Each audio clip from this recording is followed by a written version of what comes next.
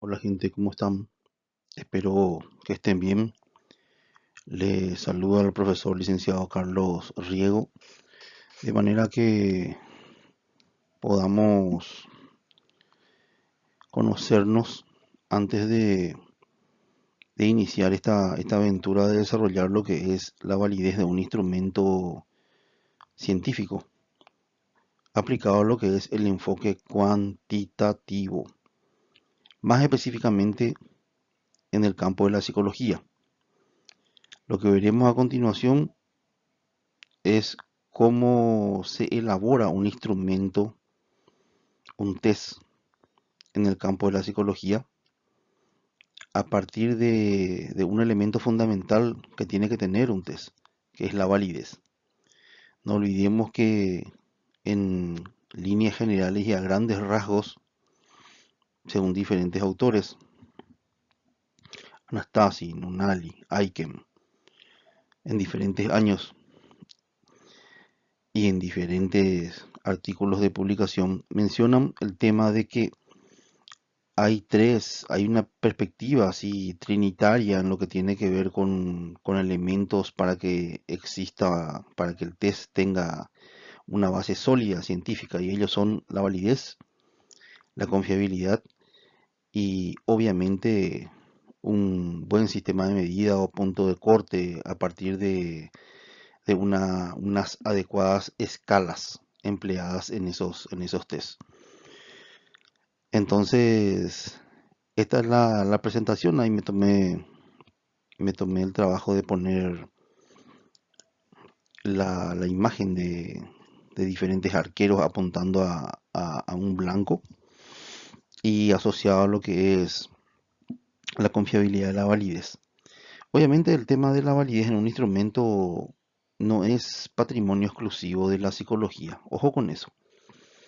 Instrumentos de medición se utilizan no solamente en el campo social, que también obviamente se utilizan mucho, sino que también dentro de lo que es el campo de la salud. Así que esto que vamos a aprender es tanto aplicable a nuestras disciplinas como a otras disciplinas o a otras áreas. Hay también que entender que estas escalas, cuestionarios, inventarios, etcétera, indistintamente porque son diferentes tipos de instrumentos, necesitan pasar por un proceso de validez. Y para pasar por ese proceso de validez se necesita que el que elabora ese inventario o esa escala o ese cuestionario tenga un profundo conocimiento de lo que es la metría, la medición. Y bueno, el que aprenda de esto, de la validez de un instrumento aplicado al enfoque cuantitativo, va a poder comprender cómo se elaboran también los instrumentos en el campo social y en un área, ¿sí? Del campo de la salud, con un enfoque epidemiológico también. Ellos le llaman, en el campo de la salud le llaman pruebas diagnósticas, le llaman, a la elaboración de los instrumentos con una base científica. Así es todo un tipo de investigación para ello. El, en el campo de la psicología, la ciencia de la educación, ¿sí? La psicopedagogía, lo llaman, bueno, hoy día se lo llama así, se lo llama investigación instrumental, así como existen investigaciones descriptivas, cuasi experimental, experimental, ex post facto, etcétera. La investigación instrumental está así ya definida e inserta en lo que es un tipo de investigación dentro del área de la conducta. Así es, así es. Lo mejor explicado posible como para que puedan entender cómo arranca lo que es la validez de un instrumento en una investigación con enfoque cuantitativo. la psicometría estudiada dentro de lo que es la academia, estudiada dentro de lo que es el campo universitario, necesita que tengamos un conocimiento técnico de lo que es la matemática, las matemáticas puras, que normalmente se toca esto en el primero o el segundo semestre, le hace el primer año académico dentro de la formación de la disciplina psicológica. Eh, Aparte de las matemáticas puras, es importante el conocimiento de lo que es la matemática estadística para poder aplicarlo posteriormente en la psicometría, ¿verdad? A la medición de la conducta. Y dentro de la matemática estadística hay que conocer, eh, uno debe formarse en estadística exploratoria, estadística descriptiva y lo que es la estadística inferencial. Entonces, atendiendo a eso, hay que también comprender, entender que los estudios exploratorios descriptivos tienen una relación con el tipo de estadística que se emplea para esos estudios. Y obviamente cuando uno hace un estudio analítico correlacional o analítico comparativo, emplea lo que es la estadística inferencial. Indudablemente, la formación matemática es fundamental para el desarrollo de la psicometría. A profundidad estamos hablando, ¿verdad? Bueno, y, y obviamente conocer el método científico. Cuanto mejor uno tiene una formación en metodología de la investigación científica, también ayuda muchísimo a que ese método científico se aplique a lo que es el desarrollo de instrumentos, porque se sigue en esa línea de sistematicidad, ¿verdad? De aplicación del método científico con sus pasos, con su parte, y una lógica que desarrolla el método científico. También, obviamente, es importante la base epistemológica que tengamos nosotros, que es fundamental para poder comprender los constructos, ¿sí? ¿Cuáles son los constructos psicológicos, sociales, psicológicos del campo laboral, del campo educacional, del campo clínico, del campo forense? ¿Sí? ¿Cuáles son los constructos psicológicos y que no son psicológicos, más bien son filosóficos? ¿Cuáles son los constructos educativos? ¿Cuáles son los constructos sociológicos? O sea que hace falta una formación epistemológica también. Y bueno, y con esa base de matemáticas puras, matemática estadística, y ahí entra estadística descriptiva, perdón, exploratoria, descriptiva, inferencial, con esa base de epistemología y con esa base metodológica, podemos decir que tenemos los requerimientos como para poder iniciarnos en el primer nivel de psicometría, que se llama psicometría general, según lo define justamente Enrique Cerdá como tal. Y bueno, también en otros textos figuran como psicometría básica. Normalmente esto se da en el tercer curso de la academia, sería prácticamente en el quinto y sexto semestre en las diferentes universidades que trabajan con el modelo de semestral, perdón, semestral, sí, semestral. Y entonces ahí entraría lo que es psicometría general. Posterior a eso, ya en el cuarto año, séptimo y octavo semestre, u octavo semestre, entraría lo que es en la psicometría aplicada. Psicometría aplicada 1, psicometría aplicada 2, que ya va tornándose con contenido técnico más complejo. Pero enfoquémonos en lo nuestro, que tiene que ver con psicometría general, con psicometría básica, y aprendamos bien, primeramente, un pilar de un buen instrumento psicométrico, que es la validez. Aprendamos bien eso y vayamos etapa por etapa desarrollando esto. estamos en el campo de la psicología. Por tanto, tenemos a la psicometría como una disciplina aplicada para realizar las mediciones de la psiquis, de todo lo que tiene que ver con la conducta, con lo cognitivo, con lo volitivo, con lo emocional. Y por tanto, comprendiendo eso,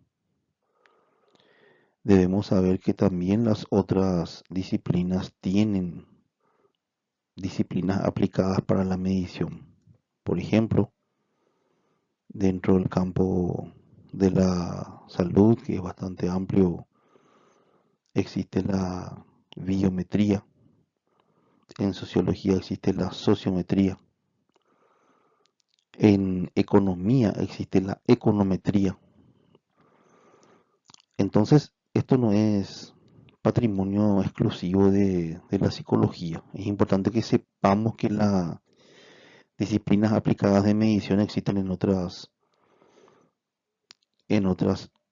disciplinas, valga la redundancia, o en otras profesiones o carreras. Por ello me tomé el trabajo acá de dejar un pensamiento que guarda relación con la validez y a partir de ahí entender que la validez tiene su análisis y su extrapolación para poder hacer analogías también. Y este es uno de los ejemplos. Acá tenemos, por ejemplo, el pensamiento de Milton Friedman, que lo planteó en 1953 ya. Y dice lo siguiente: la única prueba relevante de la validez de una hipótesis es la comparación de la predicción con la experiencia. Esto lo había publicado en un libro denominado Los lenguajes de la economía. Esto está en la página 112. Y fíjense qué interesante lo que plantea él desde el punto de vista metodológico, pero es perfectamente aplicable a las otras disciplinas, más allá que sea el pensamiento de un economista y de un econometrista, ¿verdad? Dice, la única prueba relevante de la validez de una hipótesis, o sea, que yo hago una hipótesis y, e intento saber si esa hipótesis que yo estoy planteando es válida. Y dice que hay una forma, hay una prueba que es relevante para poder validar esa hipótesis. Y es comparando esa hipótesis, ¿sí? Eh, con la predicción con la predicción y la experiencia. Es decir, es la comparación de la predicción con la experiencia. O sea, obviamente una hipótesis es predictiva, ¿verdad?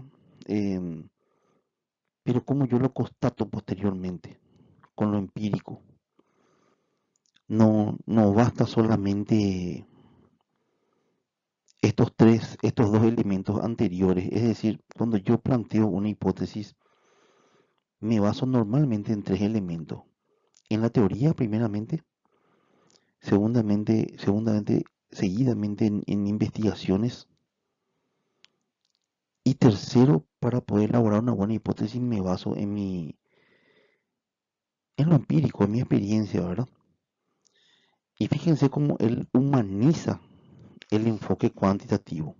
Fíjense cómo él lo humaniza y lo hace vívido, diciendo que la única prueba relevante, dice, fíjense, de la validez de una hipótesis es la comparación de esa predicción con la experiencia. O sea que más allá de lo que es otra vez los textos, los antecedentes, las referencias bibliográficas,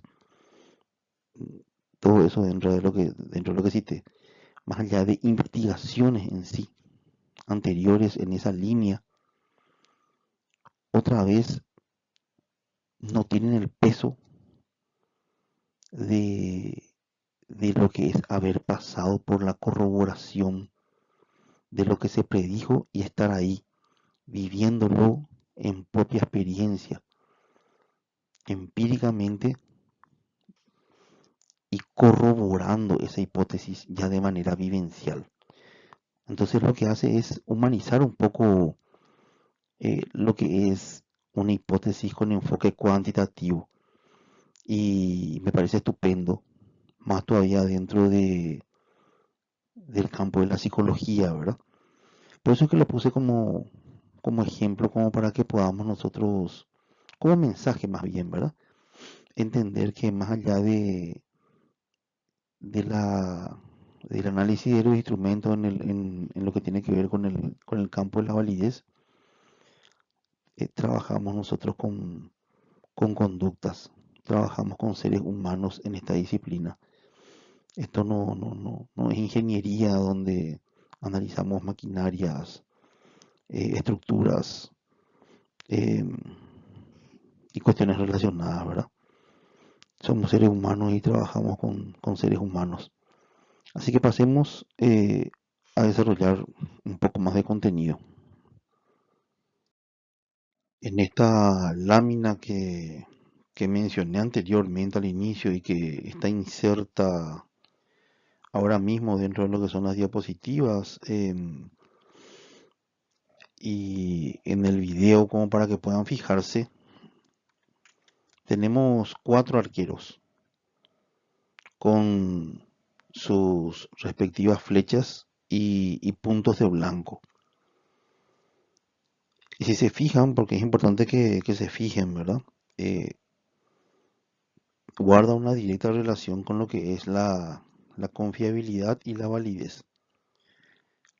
La confiabilidad también definida como fiabilidad es lo mismo, indistintamente, y que guarda relación con lo que es la precisión. O sea que confiabilidad, fiabilidad, precisión no es lo mismo que validez. Son, son contenidos, elementos distintos dentro de lo que es la construcción de un instrumento de medición. Y para que puedan entender, obtuve esta lámina y la estoy presentando para que ustedes puedan comprenderla. Ahí tenemos al primer arquero a la izquierda.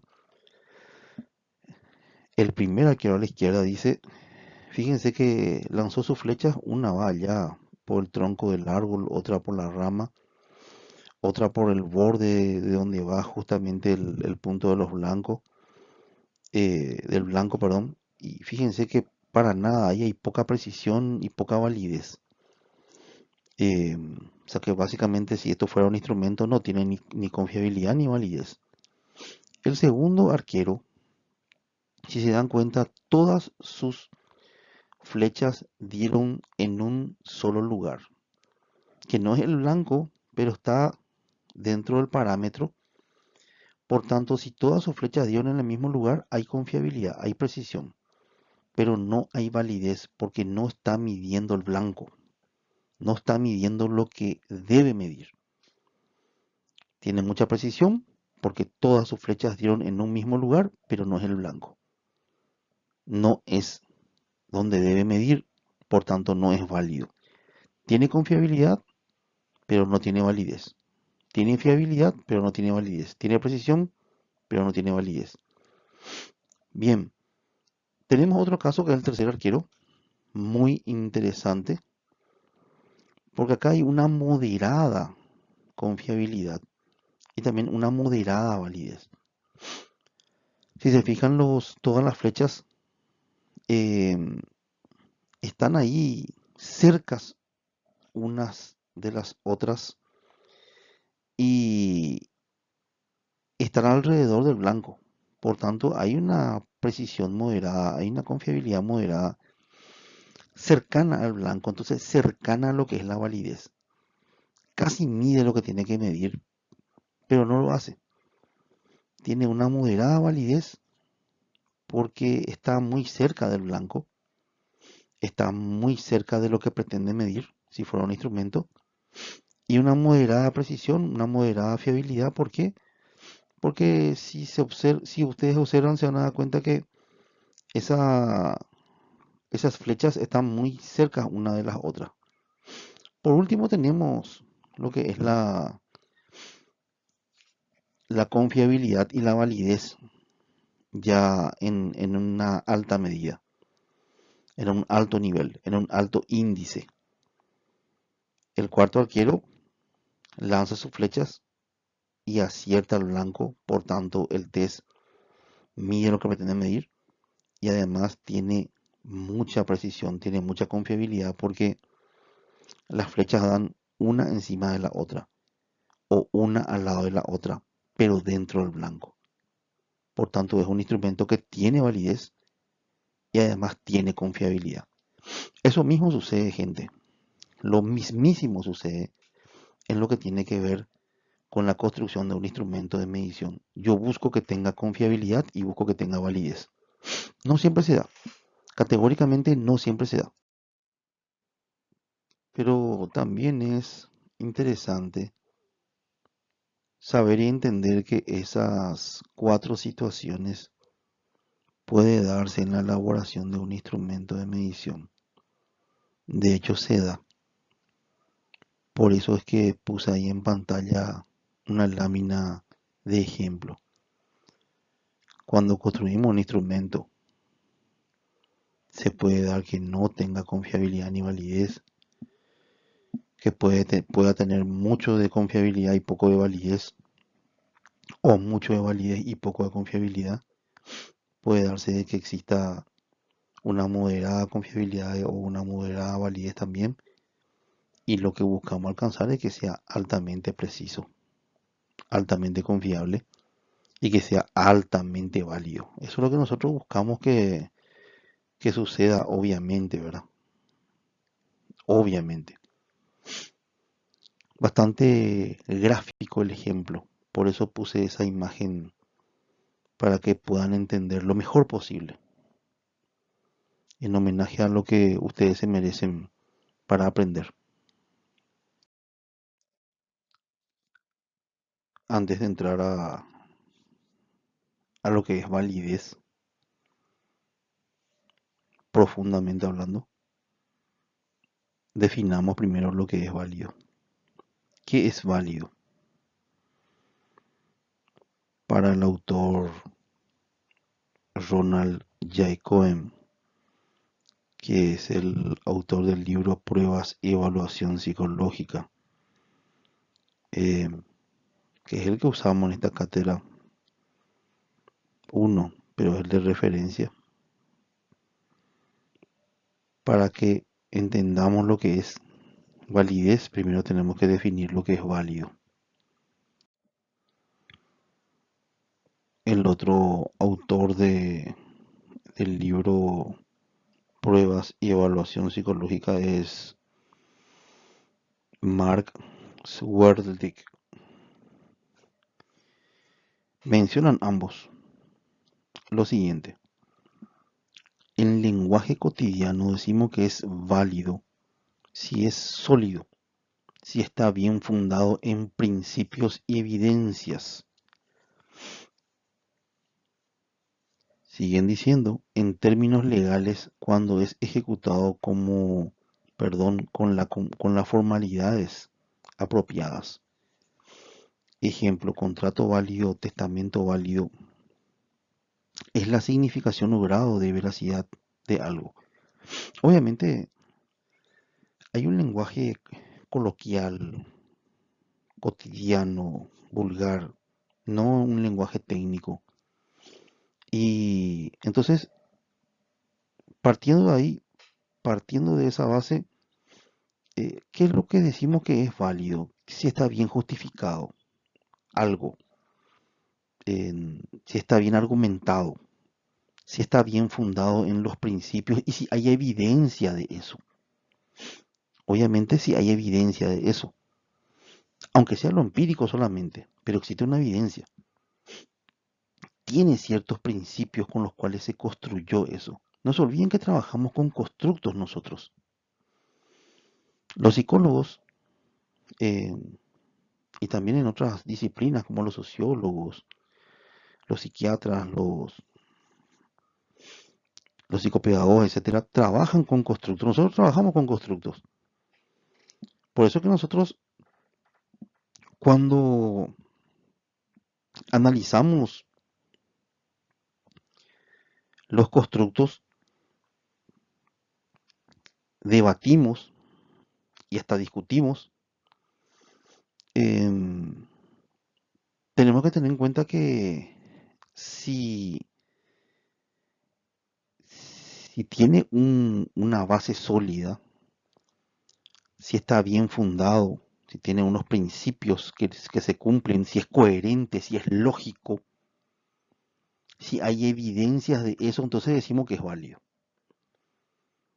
Y da un ejemplo tanto Jay Cohen como Swerdlick que en el campo del derecho decimos que hay un contrato válido, que hay un testamento válido,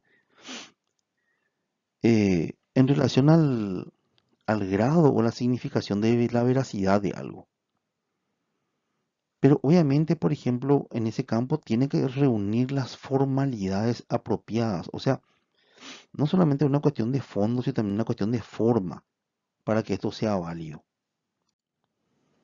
Eso pueden trasladarlo a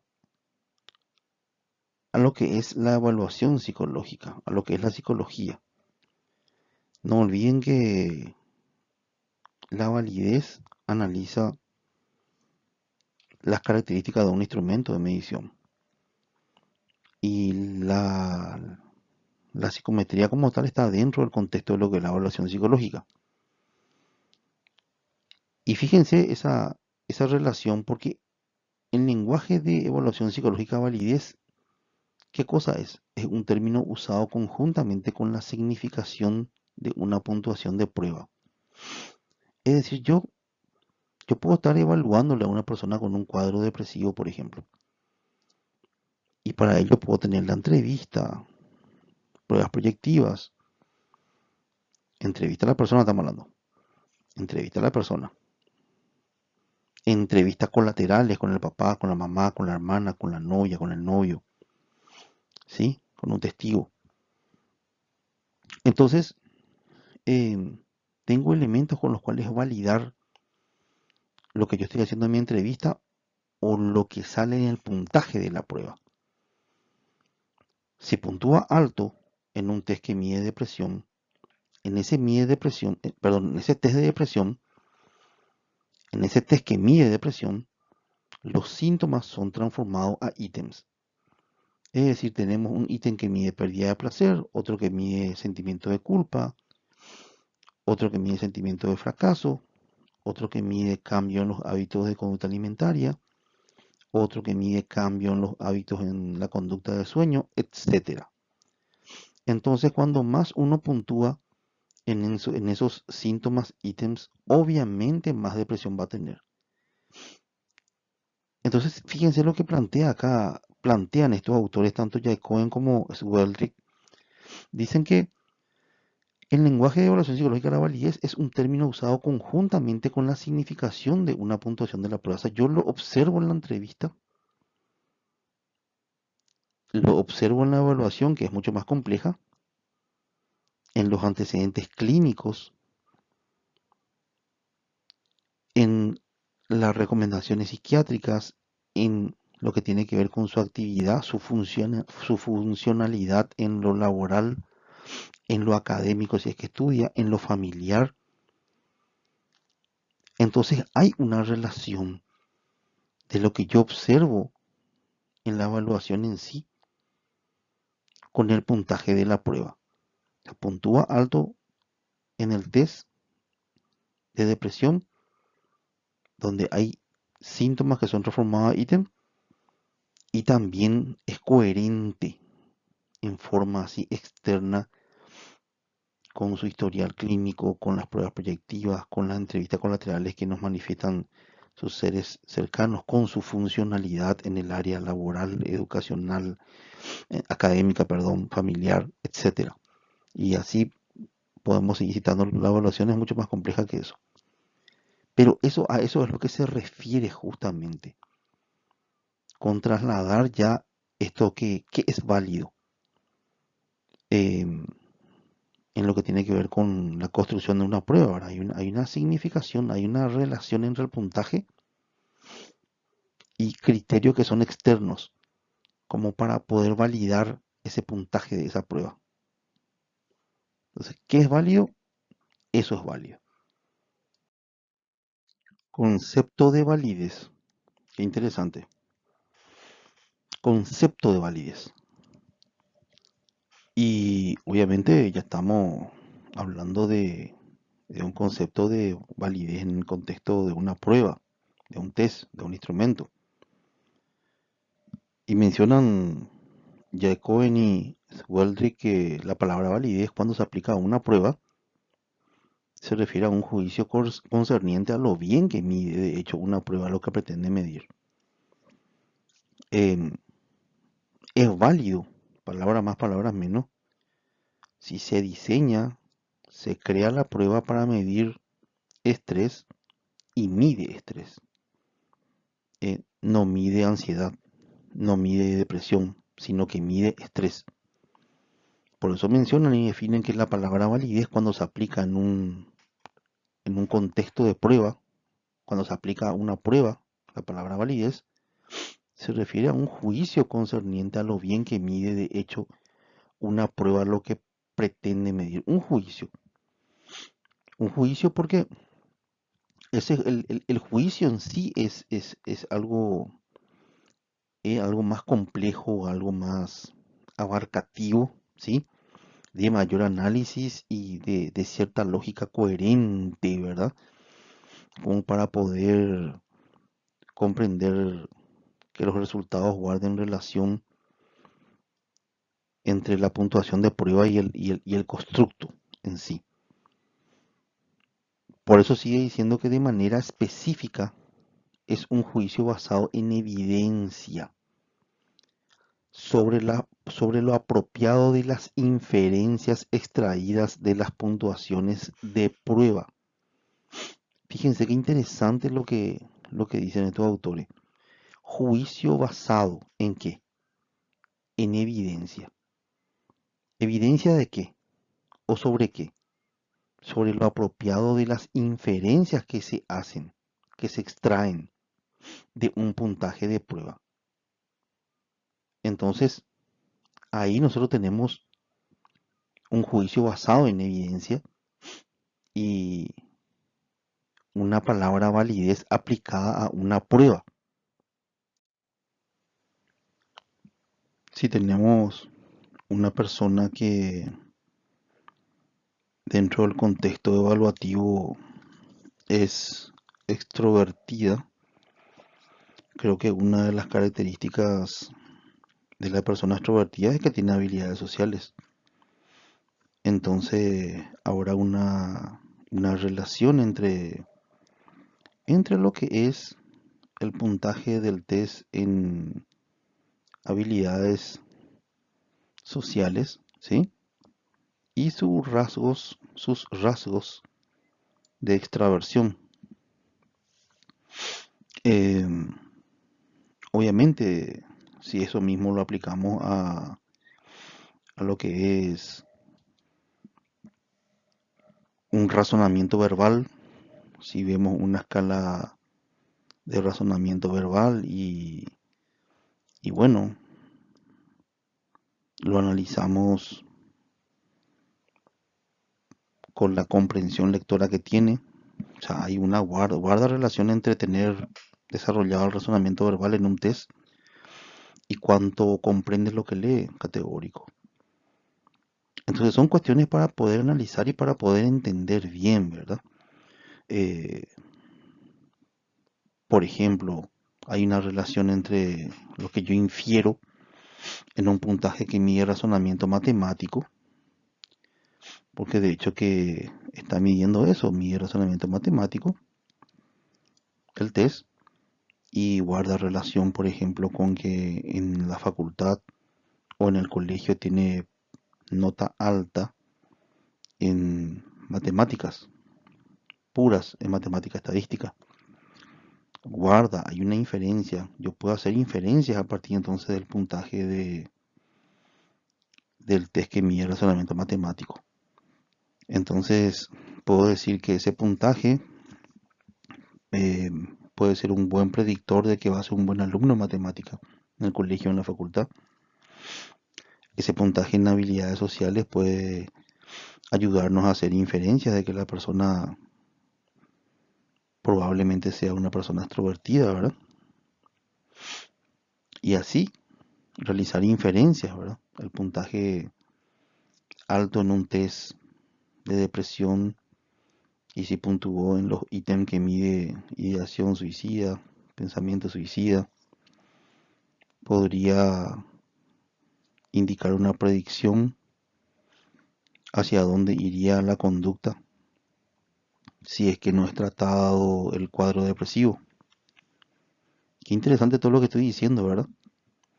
Y bueno, y eso es la psicometría ya entendida un poco más profundamente. Pero bueno, siguen diciendo estos autores que, ¿qué es la inferencia?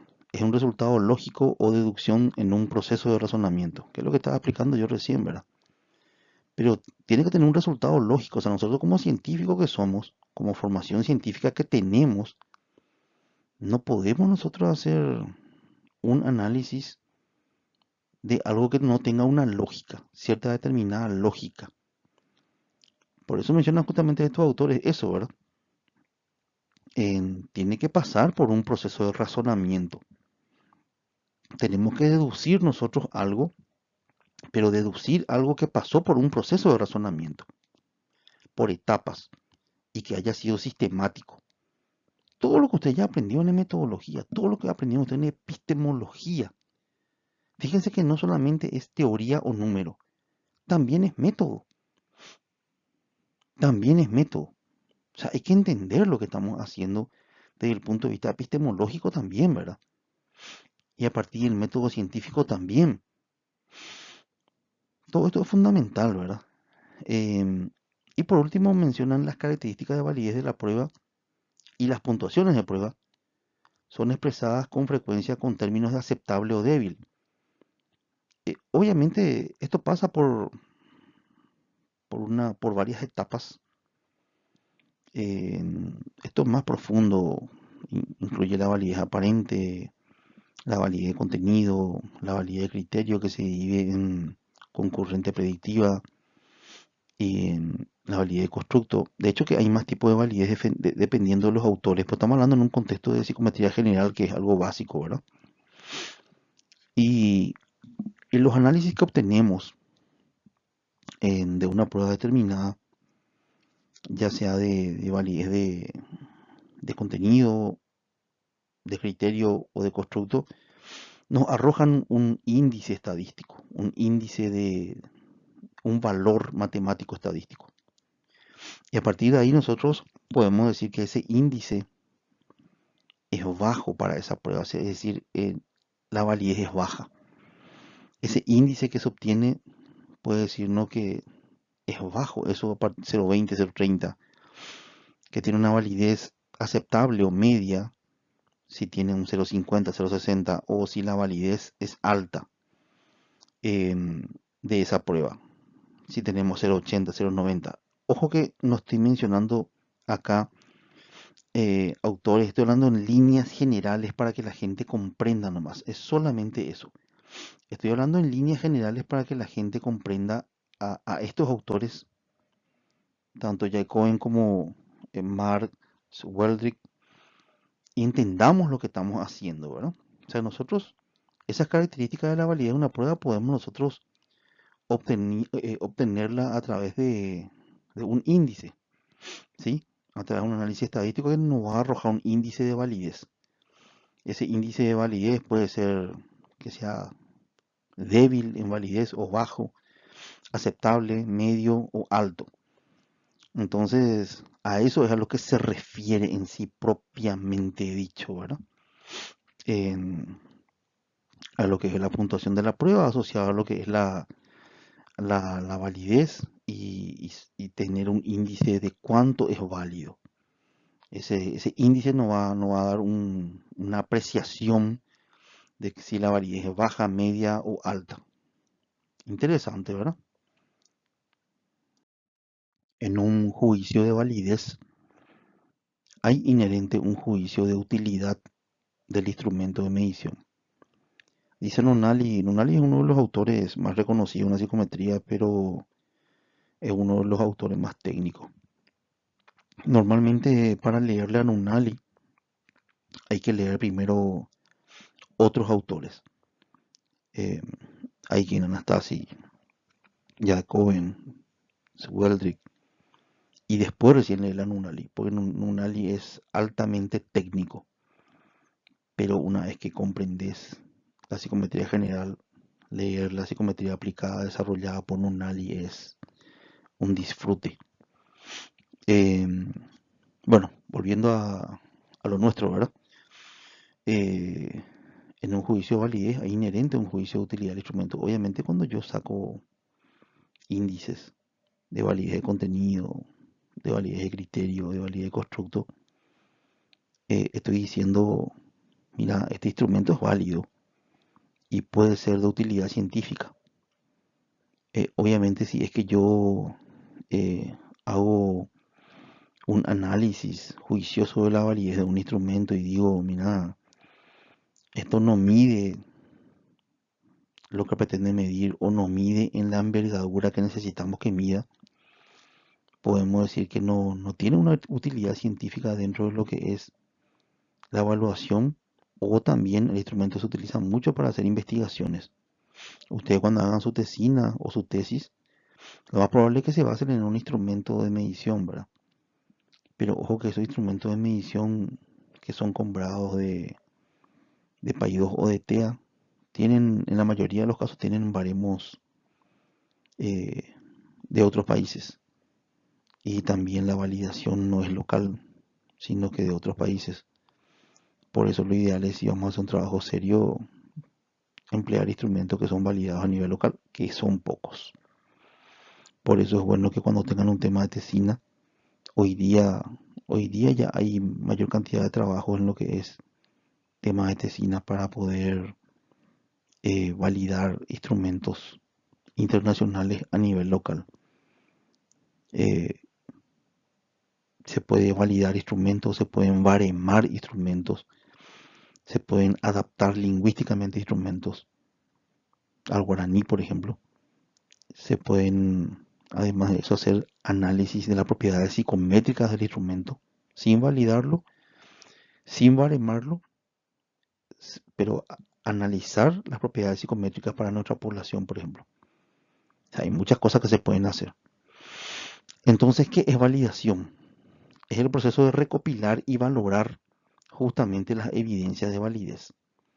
Yo quiero eh, validar algo y debo pasar por ese proceso de recopilar información, testimonio, elementos, ¿sí? Evidencias.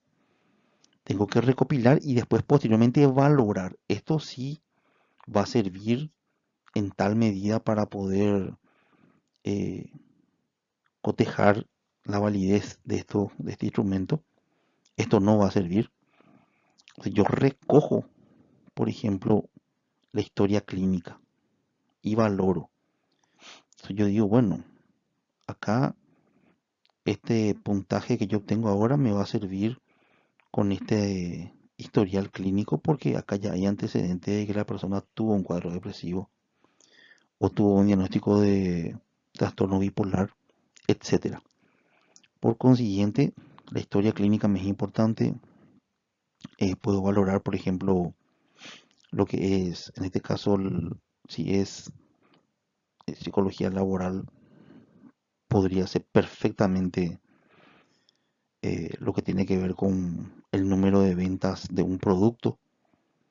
Y bueno, y se coteja, se coteja el número de ventas de un producto con el puntaje de la prueba que mide capacidad para las ventas. Entonces puntúa alto en el test de capacidad para las ventas y puntúa, tiene un buen número de ventas en un semestre la persona.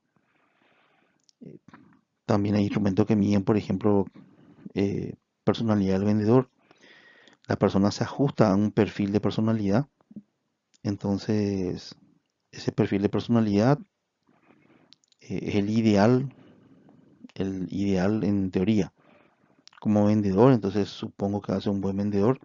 O sea, uno analiza los antecedentes de la persona, sus estudios, ¿sí? El puntaje en otros test. Todo eso influye dentro de lo que tiene que ver con recopilar y valorar las evidencias de validez. Esta evidencia es válida, por ejemplo. Y estos autores mencionan algo tan interesante, tan importante como es, fíjense lo que dice, tanto quien elabora la prueba como el administrador de la misma pueden desempeñar una función en la validación de una prueba para un propósito específico. Obviamente el que construye una prueba, el que elabora una prueba, eh, debe dar evidencia, debe suministrar evidencia de que ese test es válido dentro del manual de la prueba. Los test se estilaba antes, ya no hoy día, eh, pero se sigue dando en otras universidades, ¿verdad? El tema de que se le da al estudiante un test para poder aplicar la hoja de protocolo, se le aplica a una persona, se recogen los datos dentro de las prácticas, se analiza el puntaje y se ve su puntaje universal. No es así, gente. Em, Hay que leer el manual de la prueba. Y si fue sacado de un paper, no solamente hay que sacar la parte de aplicación del test y la corrección, sino que hay que leer el artículo científico completo. Ahí se suministra evidencias de la validez en el paper o en el manual de la prueba. Por tanto, ahí uno ve, por ejemplo, cuál fue el proceso con el cual se construyó la teoría con la cual se construyó la prueba. Si yo puedo tener varias teorías, puedo tener el psicoanálisis, puedo tener la teoría de Eysenck, puedo tener la teoría de Alport, puedo tener un poco la teoría de Maslow, puedo tener un montón de teorías. ¿En base a qué teoría se construyó esta prueba? Hay evidencias de que realmente este instrumento es válido. Entonces, en el manual de la prueba viene normalmente los elementos de evidencia. Pero el administrador de prueba también es una persona que puede desempeñar una función de validación porque el administrador, el que aplica la prueba, va consiguiendo la experiencia necesaria de decir, mira un poco, este instrumento de impulsividad es muy bueno para medir el grado de impulsividad en la clínica. Pero eso es porque la persona asiste a una psicoterapia y es evaluada y es sincero o sincera en su grado de impulsividad porque quiere salvar su familia, su pareja, su matrimonio. Pero no es lo mismo ese instrumento en un campo forense, donde la persona está a punto de ser acusada porque justamente tiene una conducta violenta o impulsiva con su pareja dentro del contexto de una acusación de violencia familiar. Y ese instrumento pertinente dentro del campo clínico no es pertinente dentro del campo forense. Donde le pregunta si, por ejemplo, cuando una persona le habla mal o le habla de una manera despectiva, él cómo reacciona, ella cómo reacciona. Obviamente que va a decir que reacciona bien, porque sabe que está en un contexto forense, jurídico forense, y sabe que de lo que sale ahí podría tener elementos eh, que podrían usarse para imputarlo o para acusarlo, ¿sí? Entonces, obviamente eso es lógico, ¿verdad? Pero no es tan lógico cuando no tenés experiencia, por eso es importante que el profesor te lo mencione, o sea, el administrador de la prueba también tiene que tener, pasar por ese ojo clínico, por más que sea un ojo laboral, o sea, un ojo educacional. Yo siempre le digo ojo clínico para poder entender, no, le aplico un test de impulsividad. Y tampoco es lo mismo la impulsividad en un contexto laboral, porque la impulsividad en un contexto laboral, por ejemplo, perdón, no es la impulsividad, la agresividad. La agresividad en un contexto laboral no es lo mismo que en un contexto clínico. Cuando hablamos de un contexto de agresividad en el punto de vista laboral, estamos hablando de una persona que es persistente, que es insistente para las ventas, que es así perseverante luego. Es agresivo, agresivo para las ventas. Y el que es agresivo para las ventas normalmente porque es perseverante y porque reúne ciertos requisitos, obtiene la venta. Entonces son todas esas cosas que uno tiene que analizar a la hora de administrar una prueba a una persona. O sea, por eso es que menciona ahí desde el punto de vista del administrador también. Y ahí te va a decir, para mí esta prueba es muy adecuada para medir estos casos, pero no para estos otros. O sea, eso sí tiene que ver, el administrador también tiene que ver, desempeña una función dentro de lo que tiene que ver con la validez aparente también. Entonces, todo eso hay que analizarlo y si vamos a hablar de un tema de validez de contenido, sería bueno que se tome a los administradores de prueba como eh, personas que podrían validar los ítems o los contenidos de una prueba en uso. Entonces sí tiene que ver el tema de los administradores de prueba, desempeñan una función de validación de una prueba o para un propósito específico, categóricamente sí luego. Categóricamente sí, eso sí es así. La experiencia del profesional no se compra. Eso no se puede conseguir en un novato. Eso no se consigue en la despensa de la esquina. Eso no se consigue en un neófito. Entonces, la experiencia del administrador de la prueba, el que aplica el test, en- es fundamental para decir que ese es un buen instrumento para poder evaluar ese constructo psicológico. No solamente basta todos los, em, todo lo que es referido por el autor del test dentro de el manual del test y que cita las propiedades psicométricas del instrumento. No basta. Hay que validarlo en forma externa, ¿verdad? En ocasiones puede ser apropiado para los administradores de la prueba realizar sus propios estudios de validación con los grupos de personas que responderán a la prueba. Estos estudios de validación, entre comillas, local, son necesarios cuando el usuario de la prueba planea alterar de alguna manera el formato, las instrucciones, el lenguaje o el contenido de la prueba. Es por eso esencial la psicometría. O sea, no basta con que sencillamente seamos aplicadores y correctores de test. La evaluación, un buen evaluador, una buena evaluadora psicológica, tiene un profundo conocimiento de lo que es la psicometría. Entonces, esos test, esos instrumentos desarrollados a nivel internacional, pueden recibir un estudio de validación, entre comillas, local, por los propios evaluadores, por los propios administradores de prueba. ¿Por qué?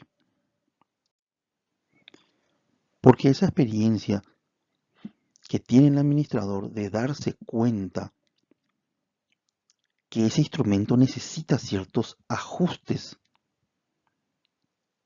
y solamente la tiene el administrador porque normalmente lo detectó por su experiencia. Lo detectó porque tiene ya una formación que le permite alcanzar ese nivel de identificar los posibles problemas que va a tener en el resultado con esa prueba, ya que no está bien validada, no está bien adaptada. Por eso es que estos autores, tanto Jay Cohen como Weldrick, mencionan el tema de si tenés Si sos administrador y tenés buena formación profesional, un buen administrador de pruebas, un buen evaluador, es una persona que tiene buena formación metodológica, científicamente hablando. Y ahí entra la metodología instrumental. Entonces, nosotros podemos planear hacer, por ejemplo, una adaptación lingüística al guaraní. Podemos cambiar las instrucciones, las consignas de un test porque son bastante complejas o utiliza un lenguaje que no es normalmente empleado en lo que es el Paraguay, porque dentro del contenido de la prueba, en los ítems, existen palabras que no son de uso corriente a nivel local. O sea, todo eso se puede hacer y hacer un trabajo técnico bueno, no algo así carapé, empírico nomás, sino que con una base sólida científica y que arroje el resultado de la validez, de la confiabilidad, en líneas generales, de la de las propiedades psicométricas del test. Ahí tenés el índice de discriminación de los reactivos, tenés el índice de dificultad o de aprobación de los reactivos, etcétera. Estos estudios de validación local también serían apropiados cuando la prueba será usada en una población de personas que difiere de alguna manera significativa de la población en la que fue estandarizada. No es lo mismo el nivel de extroversión del paraguayo que del argentino o del español. Entonces, obviamente requeriría eh, un análisis, un estudio de validación local. Y no es lo mismo tampoco, señores, que en una prueba de depresión normalmente a una persona eh, de género masculino se le pregunta si llora. El llanto está como un síntoma ítem. Pero sabemos que en la población paraguaya es difícil que el paraguayo típico acepte que llora. Por tanto, yo no sé si el llanto específicamente, no sé si el llanto es un buen indicador, es un buen reactivo, eh, es un buen elemento para poder ponerlo dentro de una prueba de depresión. Estamos hablando para una muestra de hombres y tratando de medir depresión. Por eso es que estos autores citan eso, ¿verdad? Estos estudios de validación local también serían apropiados cuando la prueba será usada con una población de personas que difiere de alguna manera significativa de la población en la que fue estandarizada el test. Ese análisis crítico pues es lo que se espera de un profesional y de un futuro profesional como ustedes, que sean criteriosos, que no crean todo lo que se les dice, que, que debatan y si hace falta discutir, que se discuta. Eso es fundamental, es que se mantenga dentro del respeto, pero que haya ese debate científico. Y eso hace crecer la disciplina y eso hace crecer la ciencia y hace que saquemos al mercado un producto de profesional con un perfil más científico. Esa es la idea al hacer ciencia. Tenemos que hacer ciencia, ciencia de verdad. Entonces, llegamos a este punto donde podemos distinguir los tipos de validez de una prueba desde una perspectiva trinitaria, que lo planteó como referencia, ¿verdad? El autor Guillaume en el año 1980. Esta perspectiva trinitaria prevalece en el campo de la psicología hasta la actualidad y básicamente eh, se usa también en las ciencias sociales, no solamente en la psicología. Em, lo ha sido también usada y analizada y prevalecido al menos de los años 1950, pero ya más bien estructurada y sistematizada y delimitada, propiamente dicho, mm, a partir de Guión en 1980. Eh, ¿cómo se, cómo se procede entonces a valorar la validez de una prueba, ¿verdad? Una forma de conceptualizar la validez se ha dado con respecto a la siguiente taxonomía de tres categorías. Ojo que hay más, ¿verdad? Eh, pero estas son las clásicamente utilizadas y bien delimitadas. O sea, hay un buen corte de diferencia entre una y otra. Eh, la validez de contenido es la primera. La validez relacionada con un criterio, que también vamos a desarrollarla, que se diferencia, en este caso que estos autores la diferencian entre concurrente y predictiva, me refiero a la validez de criterio, y la validez de constructo. Son, son los tipos de validez que analizaremos desde esta taxonomía de tres categorías. Dentro del contexto de la taxonomía de tres categorías, la validez de una prueba puede evaluarse. Punto uno, examinando a fondo su contenido. Léase, esto tiene que ver con la validez de contenido. Léase que el contenido tiene que ver con un marco teórico. Y dentro de ese marco teórico hay que establecer otra vez una línea teórica con la cual se va a trabajar. Y entiéndase que eso a la vez tiene que ser validado con personas profesionales eh, que, que validen cada uno de esos indicadores como ítem, cada una de esas dimensiones como factores que componen el constructo del test. Entonces, examinando el contenido de la prueba, analizar la teoría, y siempre doy el ejemplo de la personalidad para que podamos entender. Y bueno, tenemos definiciones de lo que es la personalidad de diferentes autores, pero en este instrumento vamos a basarnos, por ejemplo, en la teoría de Eysen o en la teoría de los cinco grandes factores de personalidad o en la teoría de Alport. Más allá de que en el marco teórico existen un montón de fuentes y de orígenes que tienen que ver con escuelas, corrientes, etcétera. Dentro del marco definimos una línea teórica con la cual vamos a trabajar en la construcción de pruebas, de esta prueba más específicamente. Y para ello validamos el contenido por medio de jueces o expertos, no es lo mismo, jueces o expertos, que nos ayudarán a validar cada uno de estos reactivos que se componen, ¿verdad? Que componen una dimensión, dos dimensiones o tres dimensiones dentro del constructo en sí.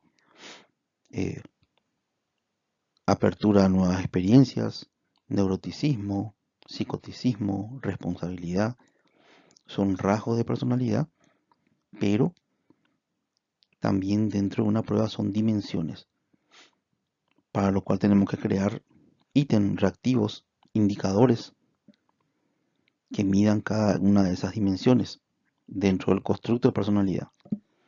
Y obviamente que hay que buscar personas, jueces o expertos que nos validen si corresponde o no esos indicadores dentro de esas dimensiones y después lo pasamos eh, a un análisis más profundo donde nos arroja índices respecto al total de jueces o expertos que tomamos y se aprueba o no de esa manera que se incluyan esos reactivos dentro de esas dimensiones. Es el primer paso. También tenemos el punto 2 que tiene que ver con relacionado a las puntuaciones obtenidas en la prueba con otras puntuaciones de prueba u otras medidas. Sí, yo construyo una prueba que mide bienestar psicológico, puedo utilizar una prueba que mida depresión para validar. Sí puedo utilizar. ¿Por qué? Porque en teoría, si yo obtengo un puntaje alto en el test que estoy construyendo que mide bienestar psicológico, lo más seguro que puntúe bajo. Las personas que puntúan alto en bienestar psicológico van a puntuar bajo en lo que es la parte de depresión. Si yo construyo una prueba que evalúa ciertos rasgos de personalidad, puedo tomar otra prueba que mide esos mismos rasgos de personalidad y si se correlacionan, obviamente puedo decir que esa prueba está midiendo lo que pretende medir. Si yo analizo, por ejemplo, lo que es la satisfacción laboral y cotejo eso con una variable I que tiene que ver con burnout, entonces probablemente mi correlación tendría que salir inversa, negativa, porque la que tiene más satisfacción laboral probablemente tenga menor estrés laboral crónico, menor burnout. Este segundo punto tiene que ver mucho con la validez de criterio. Y el tercer punto es realizando un análisis general no solo de la forma en que las puntuaciones de la prueba se relacionan dentro de un marco teórico para comprender el constructo al que la prueba está diseñada para medir. Esto tiene que ver con la validez de constructo. Tiene que ver con la validez de constructo. Eh, y en este caso no me quiero detener mucho acá porque después vamos a dar más específicamente desarrollado, pero tiene que ver con el análisis factorial. El análisis factorial es un análisis multivariante y el que normalmente se emplea más en psicología es el análisis factorial exploratorio. No siempre es usado el análisis factorial confirmatorio, aunque últimamente sí se está desarrollando y se está empleando mucho más que antes. El análisis factorial es un procedimiento de análisis multivariante aplicado a lo que es la validez de constructo, dentro de lo que tiene que ver con la elaboración de prueba, con lo que tiene con validar una prueba. Pero es sumamente interesante.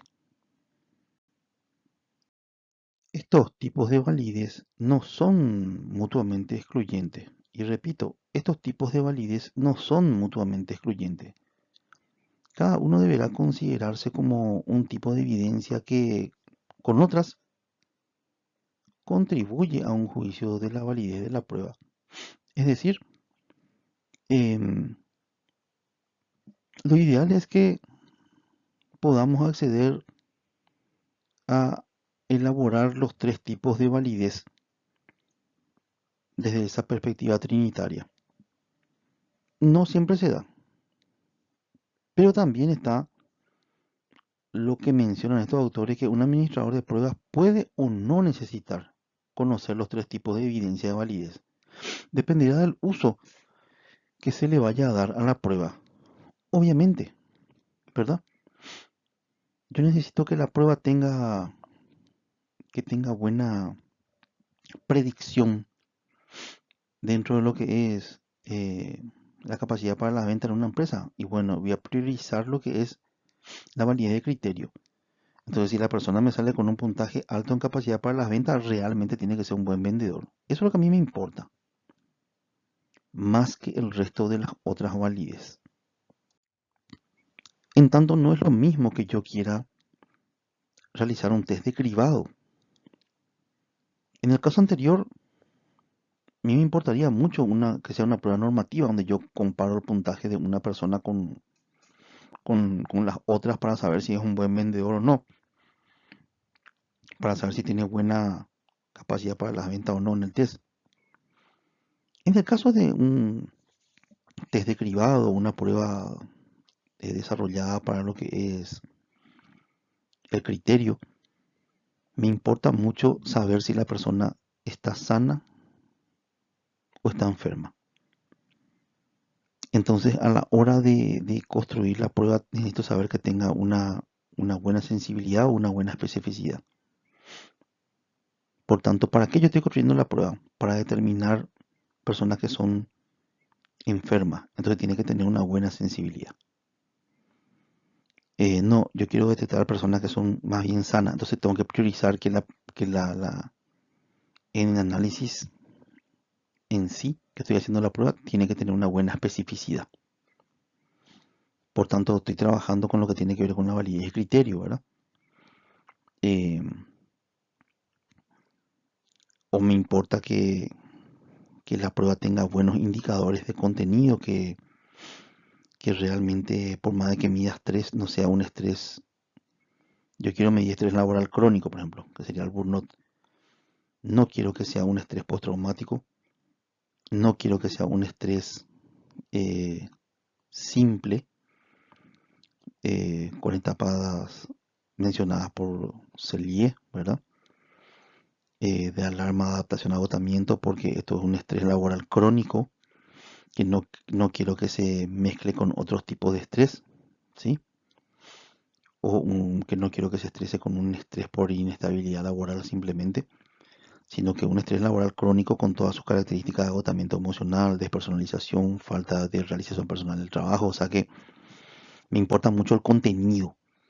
Entonces me enfoco más a la validez de contenido porque a mí el contenido realmente me importa para que se discrimine de otros tipos de estrés. O en otro caso, por ejemplo, en lo que tiene que ver con la validez de constructo, eh, cuando hay ítems que son de repente muy ambiguos, yo necesito definir que ese ítem em, pertenece a la dimensión 2 y no a la dimensión 3, pertenece a la dimensión 1 y no a la dimensión 3. Entonces me apoyo en un procedimiento estadístico que se llama análisis factorial exploratorio para saber si ese ítem mide la dimensión 1 y no la 3, o mide la dimensión 2 y no la 3. Es súper interesante todo esto, súper interesante. Bueno, y eso ya entramos dentro de la validez de constructo, ¿verdad? Y dentro del análisis multivariante y dentro del análisis factorial exploratorio, ¿verdad? Es sumamente hermoso, sumamente lindo, la psicometría es bastante rica y, y bueno, seguiremos avanzando en este contenido y me faltó mencionar que la validez aparente es un tipo de validez también que es citada por varios autores, em, pero que esta validez aparente citada, referida por varios autores, ¿verdad? No está dentro de la perspectiva trinitaria de guión. Es una validez más bien usada en psicología. No es usada en la mayoría de las disciplinas sociales, vamos a decirle. Em, sí podría ser dentro del campo de la salud, ciertamente, pero la validez aparente también existe. No está nomás dentro del listado de la perspectiva trinitaria, pero existe y tocaremos ya desde la siguiente clase eso. Eh, Hasta acá súper bien para poder ir introduciéndonos en lo que es la validez de un instrumento de medición dentro de lo que es la investigación con el enfoque cuantitativo. Gracias.